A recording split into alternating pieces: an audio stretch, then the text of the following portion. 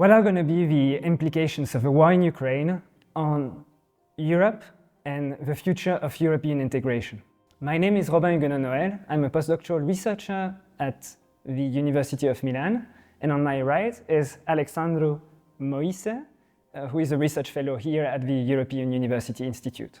The question we want to explore with you today is, first, what are the implications of the war in Ukraine on the future of European integration? These implications have been wide-ranging. Alex, when we think of it in terms of the energy crisis, first the migration, refugee crisis that also followed through, and finally the whole remilitarization effort that we've been seeing in the last few years.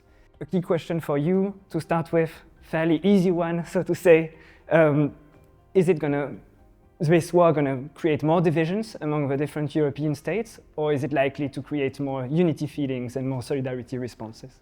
It's an excellent question, and it's really the key question today. So far, the war has produced a lot of unity among Europeans and European leaders.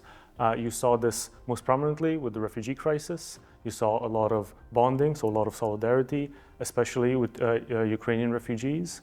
But you also saw a lot of decisions taken quickly by the EU.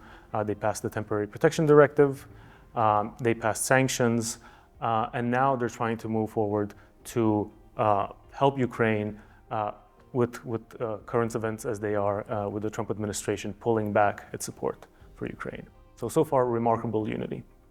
More unity, you would say, that, for example, during the refugee crisis in 2015 from the side of the European Union?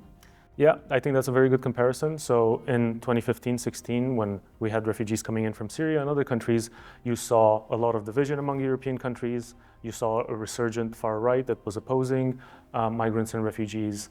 And now since 2022, you've seen the complete opposite of that. So most Europeans accepting Ukrainian refugees, the EU acting very swiftly to pass the TPD, the Temporary Protection Directive, to allow Ukrainians to come in and work. And you've seen a lot more unity also among European leaders.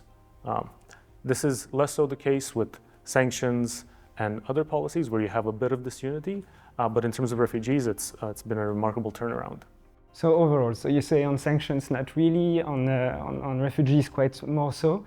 And there is this famous, conventional wisdom that wars make states.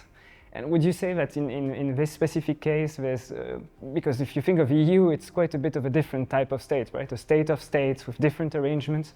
Would you say that in the case of EU, this war will increase also state building at the European level? Yeah, so it's a very famous quote from Charles Tilly. And indeed, throughout history, you've seen that wars do make states. So wars prompt states to build up their capacity and to unify, because regions realize that they're stronger when they're unified, when they're together. This actually juxtaposes with the perspective that we take in our project in Solid, which is the more Rokanian perspective, which is not that outside factors such as a war influence the building of the state, of the polity, but rather internal factors. So we have a special issue exactly on this topic in European Union politics, and what we show in that special issue is that these two perspectives aren't going against each other, but rather that they can be combined. So specifically, we show that the external threat coming from the war actually combines with internal factors. So because of this external pressure, now there's more pressure internally for the EU to provide funds for member states, to build up solidarity for refugees, but also for energy sanctions. And we see that in the case of the EU, these two logics are combining. The specific reason why this war isn't by itself making the European state is because the European state is already composed of many mature nation states. And so the same logic can't hold. But we see that it is having some effect in terms of bringing Europeans together, increasing bonding, increasing solidarity.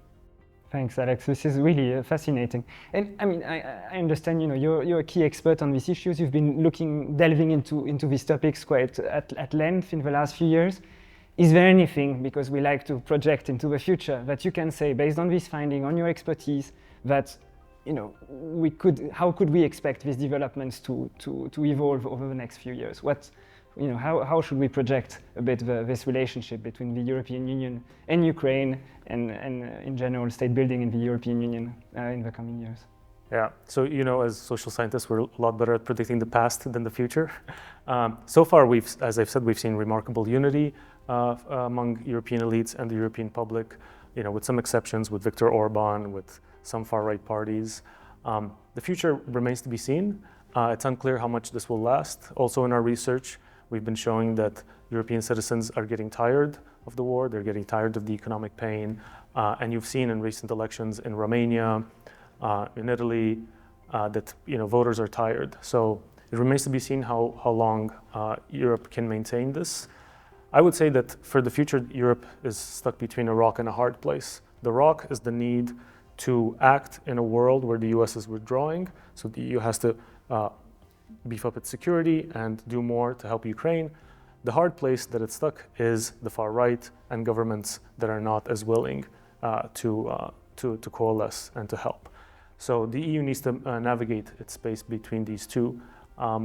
I would say that given the enormity of the pressure coming, especially from the withdrawal of US support from Ukraine and the potential withdrawal of US security guarantees for Europe, the pressure is higher than ever for Europe to unify and to build a stronger state also in terms of security and defense. But we shall see. Thanks, Alex. This was really enlightening. If you want to pursue the conversation, I'm sure you would have your own questions, and we can follow this discussion on Blue Sky. There is also on the website, you can have a look at everything that has already been published by the team over the last few years. And specifically, there is a fantastic book on Ukraine published with Cambridge University Press by Alex and colleagues of the team. So have a look and let us know what you think. And very much looking forward to pursuing the debate with you all.